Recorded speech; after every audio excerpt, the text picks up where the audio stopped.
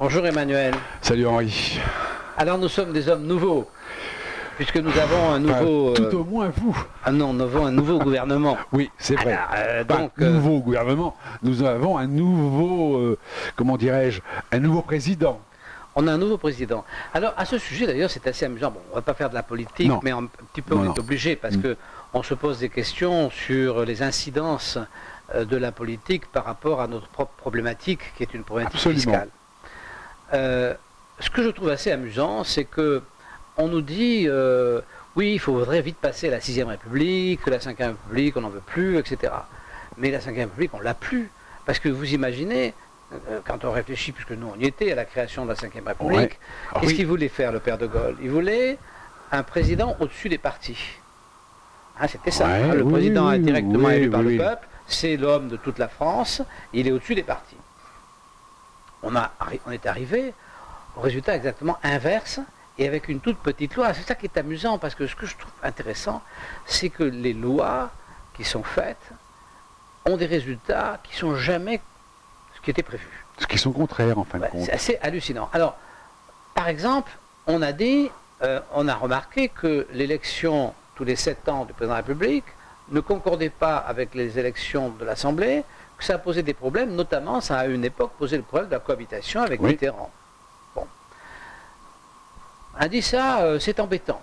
La cohabitation, c'est un truc embêtant. Donc on a fait correspondre, on a mis le septennat à 5 ans, et on a fait correspondre septennat et élection donc des députés du Parlement, ce que nous avons aujourd'hui. Moralité, on a un président qui est devenu un président de faction. Parce que aujourd'hui, notre président qui vient d'être élu, qu'est-ce qu'il fait? Il met en place un Premier ministre uniquement pour gagner les élections législatives. Oui. Donc il va s'engager pendant 2 mois sur les élections législatives. Oui. Quand il aura fini dans 2 mois en s'étant engagé comme un malade pour avoir la majorité à l'Assemblée, il ne va pas pouvoir nous déclarer tout d'un coup, bon ben les enfants, c'est fini, maintenant je suis votre président à tous. Non, il restera le président de ceux pour qui il s'est battu. Donc ça veut dire que l'idée d'un président au-dessus de la mêlée, elle n'existe plus. Ah bah oui, il n'y avait que De Gaulle, hein. Après c'était fini. Après ça il y a eu quand même... Pompidou, Sinon, Pompidou. Bon, Giscard, c'était... Non, Giscard... Si, Giscard, il était en osmose avec la majorité, et si vous voulez, il a fait des efforts au contraire, il a fait quand même une politique plutôt de gauche alors qu'il était de droite. C'est vrai, il allait manger chez les éboueurs, il a invité les éboueurs à l'Élysée. Oui, mais non, Mitterrand, il a été fair play quand il a à la cohabitation, il a pas, il a laissé faire, hein, donc je pense que Mitterrand et Chirac aussi, je pense qu'ils n'étaient pas complètement partisans. Ils avaient quand même le sentiment d'être le président des Français. Ce qui ne sera pas le cas pour Macron. C'est pas possible, parce que si vous voulez, c'était déjà pas possible pour... c'est d'ailleurs un des problèmes de Hollande. Hein. Ça n'a pas été possible pour Hollande, parce qu'il a... Donc là, vous allez nous faire un discours sur Macron et le nouveau gouvernement. Non, mais non, c'est pas ça. Le discours, c'est pas ça. Oui, bien sûr, non. Non, parce qu'on entend ça à les analyses à longueur de journée. Le discours, c'est de dire... ce qui m'interpelle, c'est de dire que c'est extrêmement angoissant, je pense, si on est un honnête homme, d'être député, c'est-à-dire de fabriquer la loi, parce que je pense qu'on ne sait jamais ce que va faire cette loi. Et aujourd'hui, de constater qu'on a un président de la République qui est un président de parti, qui est en fait un chef de parti, qui est devenu un chef de parti, et qui le restera tant que ça fonctionne comme ça, c'est complètement déroutant par rapport à tout ce qu'on en a inculqué, à tout ce à quoi nous avons cru, à l'époque où De Gaulle a mis ça en place. Et qu'il a suffi d'une toute petite loi qui avait l'air simplement pratique, qui n'avait pas pour objectif de changer complètement l'atmosphère de notre pays, parce que là, quand même, la politique, c'est important. Et cette petite loi de rien du tout, elle a entièrement changé. C'est qu'on n'est plus sous la 5e République, on est dans une autre République, il n'y a pas de nom puisqu'on n'a pas débaptisé, mais qui fait qu'on n'a plus un président au-dessus des partis, on a un chef de parti qui est en même temps un président qui donc... Tout ça, voilà. C'est pour notre génération, pour les gens qui ont connu, mais les jeunes d'aujourd'hui, mettons, ils ont toujours connu ça, hein, et c'est pas... non, le premier qui a été comme ça, non, le premier qui a été comme ça, c'est Sarkozy. Ouais, c'est le premier qui a vraiment été un chef de parti, c'est Sarkozy, ça c'est sûr. Bah parce que c'est lui qui a eu le quinquennat. Il a eu le quinquennat. Avant, c'était le septennat. Oui. On s'est tapé Mitterrand quand même 14 ans. Je pense que c'est lui qui a mis en place la jonction des législatives et des présidentielles, il me semble. Enfin voilà, bon. Ouais. Donc tout ça effectivement n'est pas très important, mais en même temps c'est très important parce que c'est quand même notre vie qui en dépend, parce que si nous souffrons aujourd'hui, nous, avec des impôts complètement délirants et une administration fiscale qui est complètement folle, c'est quand même d'abord un geste politique. Oui. C'est pas arrivé par hasard, hein, c'est parce que je pense que dans la vie sauvage, il n'y a pas d'imposition. Hein. Alors donc c'est bien la politique dont nous sommes les victimes. Donc on est bien obligé d'en parler. Donc on est bien obligé de regarder ce qui se passe. Mais la politique, elle peut rien contre l'administration, de toute façon, vous le savez bien. Alors c'est là qu'on est... On est à l'ère de la dictature des administrations, des fonctionnaires. Oui, on est... Voilà, c'est tout. Ça c'est sûr. On est dans la dictature, on est dans le pouvoir absolu. Ah, donc la dictature. Pouvoir absolu, c'est une dictature. Ouais. Hein. Monarchie absolue, c'est une dictature, malgré Alors tout. je ne sais pas si... Alors, par exemple, la monarchie, puisque vous prenez ce mot, la monarchie... il n'y avait pas besoin de dictature, les gens étaient monarchistes. Oui, les gens, oui. ils avaient un amour volontaire du roi. Parce que je pense que la différence entre le pouvoir absolu et la dictature, c'est que la dictature, ça se fait par la terreur. Alors que le pouvoir absolu, ça peut être simplement par la foi. Tu sais, les gens, oui, bien sûr. Les papes ont eu le pouvoir absolu à une époque, les rois ont eu le pouvoir absolu, et les gens étaient convaincus, étaient d'accord. Il y avait toujours quelques... Bon, c'est vrai qu'il y avait aussi... Enfin, au Moyen-Âge, enfin, à l'époque des rois, il n'y avait pas une police tant que ça. Hein, Alors, regardons Bercy. Je vous coupe. Regardons Bercy. Donc, Bercy, nous avons une administration forte. On est bien d'accord, avec des hauts fonctionnaires qui sont là, il y a un syndicat qui est là, et donc tout ça est de gauche. Hein, je ne veux pas dire, ils sont de gauche. Et nous voilà arrivés 2 ministres de droite. Alors nous avons notre cher Bruno Le Maire, que j'aimais beaucoup au départ, enfin bon, et qui se retrouve ministre de l'Éducation. Qu'est-ce qui va changer? Rien. Il aura toute son administration contre lui. Alors, Bercy est pour moi l'outil économique du pouvoir bureaucratique. Oui. C'est-à-dire le pouvoir bureaucratique, le pouvoir de l'administration a des besoins économiques et son outil pour créer les revenus nécessaires à ce pouvoir administratif, c'est Bercy. Donc Bercy, c'est la cassette, si vous voulez, c'est l'outil économique du pouvoir administratif. Donc effectivement, tant que le pouvoir administratif sera adoré, parce que le pouvoir administratif aujourd'hui, il est accepté par les Français. Bien sûr, il est même demandé. Moi, ce matin, ce matin, c'est une chose extraordinaire, toujours pareil, mon France Info que j'écoute, et chaque fois ça me fout dans des états pas possibles, mais enfin bon, je l'écoute quand même, parce que c'est une des seules radios qui marche bien, qu'on entend bien. Voilà. D'accord. Et donc, qu'est-ce qui se passe? Il y a un petit maire d'une petite ville voisine de Paris, en banlieue, mon banlieue qui a l'air un peu compliqué, qui n'a pas d'hôpital et pas de médecin. Plus de médecin. Bon. Alors il n'a plus de médecin, donc il prend un arrêté pour interdire aux gens de mourir chez eux. Parce que quand ils meurent chez eux, s'ils téléphonent au SAMU, ils ne veulent pas venir puisqu'ils sont morts. Oui. Et quand il a besoin d'un médecin pour constater le décès, là, il lui faut 4-5 heures à chaque fois, donc il prend un arrêté, évidemment dont il dit lui-même qu'il est ridicule. Oui, bien sûr. Mais ce qui est intéressant, c'est qu'est-ce qu'il conclut de ça? Il dit voilà, c'est absolument anormal, le désert médical. Moi, ma mère ou ma grand-mère, je ne sais pas, habite dans le Var, dans un village de 1000 habitants, ils ont 3 médecins. Oui. Et moi, dans mon village à moi, où on est 5000, plus l'agglomération, on est 23 000, on a un seul médecin pour 23 000 personnes. Donc, ça ne va pas. Bien, c'est un constat. C'est un constat. Ça ne va pas, ça ne va pas. Il faut qu'on trouve une solution. Absolument. Et quelle est la solution qu'il trouve? Très bureaucratique, à laquelle abonde évidemment le journaliste. Très administrative. Et les gens qui écoutent, je suppose, c'est... Le médecin à qui l'État a payé 15 ans d'études, ce serait normal que quand on lui donne son diplôme, on l'oblige à travailler pendant 10 ou 15 ans à l'endroit où il a eu le diplôme. Dans le désert de Gobi. Alors là, bon. Donc, premièrement, je dirais à ce brave maire, qui a l'air gentil au demeurant, et qu'il faut qu'il sorte un peu, et qu'il aille faire des études de médecine. Parce que déjà, il verra que le garçon ou la fille qui fait médecine, pendant 10 ou 15 ans, elle ne fait pas ça aux frais de la collectivité, c'est exactement l'inverse. C'est-à-dire qu'elle est externe d'abord, puis interne après. Elle fait marcher l'hôpital, la personne en question, le garçon ou la fille. Pour pas cher d'ailleurs. Pour rien.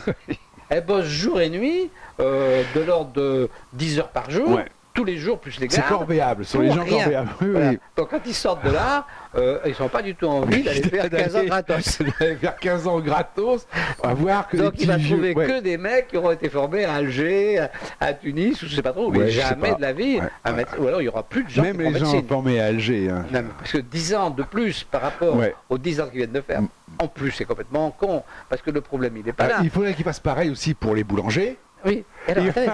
Tout le monde va Oui, faire. oui, mais absolument. Puis après, il dit, oui, mais vous comprenez, le médecin, La poste. il n'a pas le droit de faire plus de... On a un médecin, on pourrait éventuellement s'en contenter, mais il ne peut pas travailler. Il y a 2 jours par semaine, il ne travaille pas, Oui. parce que s'il Parce travaille, que il a une amende. Non, puis il ne veut pas passer Oui. à tranche Non, mais il n'a pas le supérieure. droit. Oui. Il n'a pas le droit, il a la sécu qui surveille. Ah et oui. si, non, même s'il a la sécu qui surveille, et s'il dépasse, pof, il a une enfin, Oui, oui, il est punition, pénalisé, quoi. Il est pénalisé. Pan cucu. donc, donc ça veut dire que...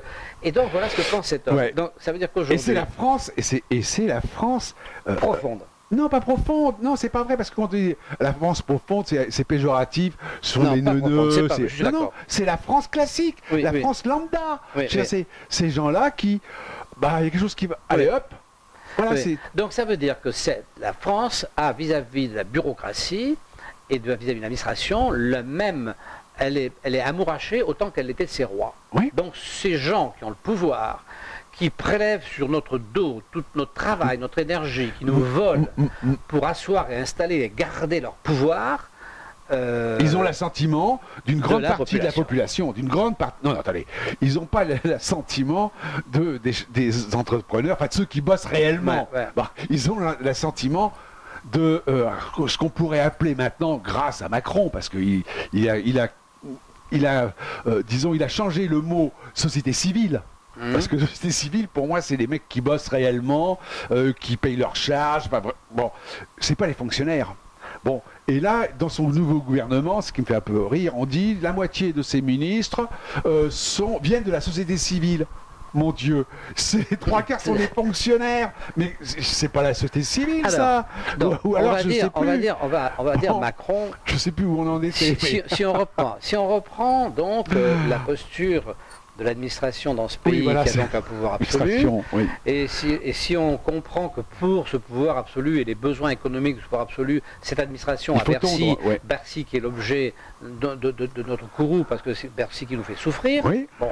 Donc on peut comparer à la Révolution donc, et aux nobles qui avaient le pouvoir, que les gens acceptaient puisque les gens pensaient Ouais. étaient royalistes, et on peut considérer que Macron ouvre aujourd'hui l'ère de la monarchie constitutionnelle. C'est-à-dire quand il y a eu la Révolution en 89, les gens étaient pour le roi et ils ne voulaient pas détruire le Oui, roi, ils voulaient que majoritairement, le oui, oui. roi modifie un petit peu son organisation politique et un petit peu comme en Angleterre est un parlement. Et Ils qu'il y ait voulaient moins d'impôts. voilà, oui, qui aurait été la conséquence. Bon. Oui. Donc ils voulaient qu'on fasse entendre leur voix. Oui. Donc on peut dire aujourd'hui, cette monarchie constitutionnelle, qui était à l'époque gérée par les Girondins, donc des républicains, mais plutôt royalistes eux aussi, hein, cette monarchie constitutionnelle n'a pas marché. Non. Parce que d'abord, le roi l'a trahi. Oui, enfin, quand il était bête. Oui, Voilà. il l'a trahi quand même. Aucun carrément, sens hein. politique. Ouais. Donc on est dans la même situation, c'est-à-dire que pas Macron méchant, mais- aujourd'hui crée une espèce d'administration constitutionnelle, Oui, c'est-à-dire c'est que ça. l'administration garde le pouvoir, mais il essaie de dire qu'il va quand même Ouais, redonner, qu'il va changer, voilà, oui. qu'il va redonner à ceux qui, Oui, pas, qui pas la travaillent. population qui adore l'administration, Ouais. mais à ceux qui travaillent, c'est-à-dire ceux qui étaient à Ceux l'époque qui nourrissent les autres. oui, ceux qui étaient à l'époque les bourgeois, les bourgeois, les entrepreneurs à l'époque. Oui, oui, pendant la absolument. Révolution. Bon. Ceux qui Donc à nourrissaient. ceux-là, il dit, ben, vous allez voir, on garde le système administratif, mais ça va être un peu plus. Ouais. Donc il crée, Cool, ça va être c'est plus plus la cool. monarchie constitutionnelle, c'est l'administration constitutionnelle Ouais, absolument. qui se met en place. Bon, ça n'a aucune chance de finir autrement que avec la constituante et la terreur. C'est comme ça qu'est fini, puisque ça ne va rien changer. Donc il va quand même rester ceux qui souffrent trop, qui Oui. sont prêts à tout perdre, Oui. ce qui était le cas Des sans-culottes. des très pauvres, de ce Oui, qu'on appelait oui, les sans-culottes, oui, hein, oui, les oui. gens qui... rien, vraiment. Donc, si vous voulez, ça ne peut pas finir autrement. La simple chose qu'on peut se dire, enfin que moi je me dis, c'est que ça va probablement aller plus vite, parce que depuis la Révolution, et depuis toujours d'ailleurs, enfin depuis longtemps, le temps se raccourcit, les choses vont de plus en plus vite. C'est-à-dire qu'entre la monarchie constitutionnelle et la terreur, il y a 3 ans. 3 ans. Grosso modo, hein, c'est Voilà, ça. et là, il va y avoir 6 mois. Ouais. Oui, 6 mois ou un an maximum. c'est comme ça, ouais.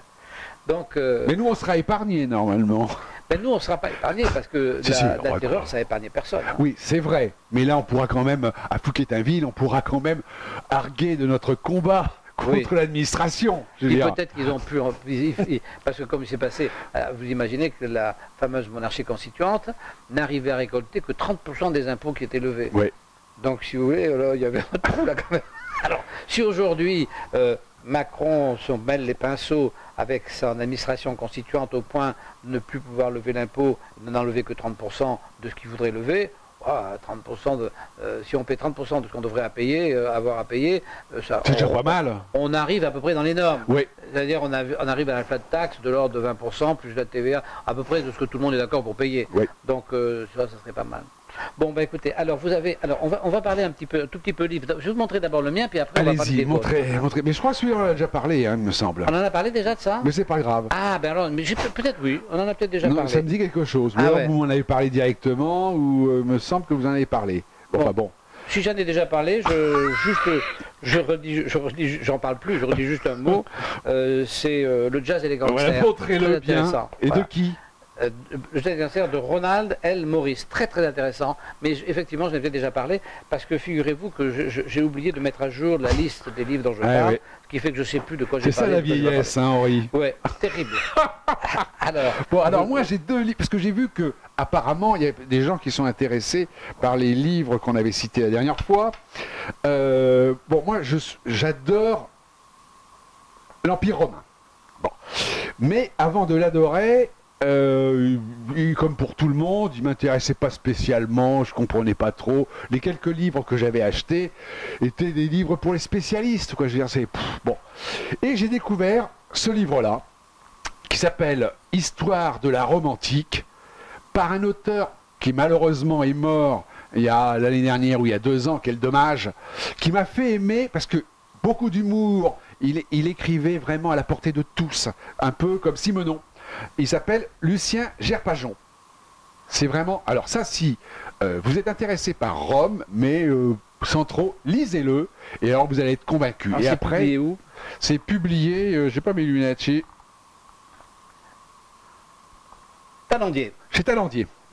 Bon, et ça va vous faire aimer, et après vous prendrez des livres plus spécialisés. Alors après, deuxième chose, parce que Rome, automatiquement, quand vous arrivez à la fin de Rome, vers les 300, vous allez avoir un empereur qui s'appelle Constantin.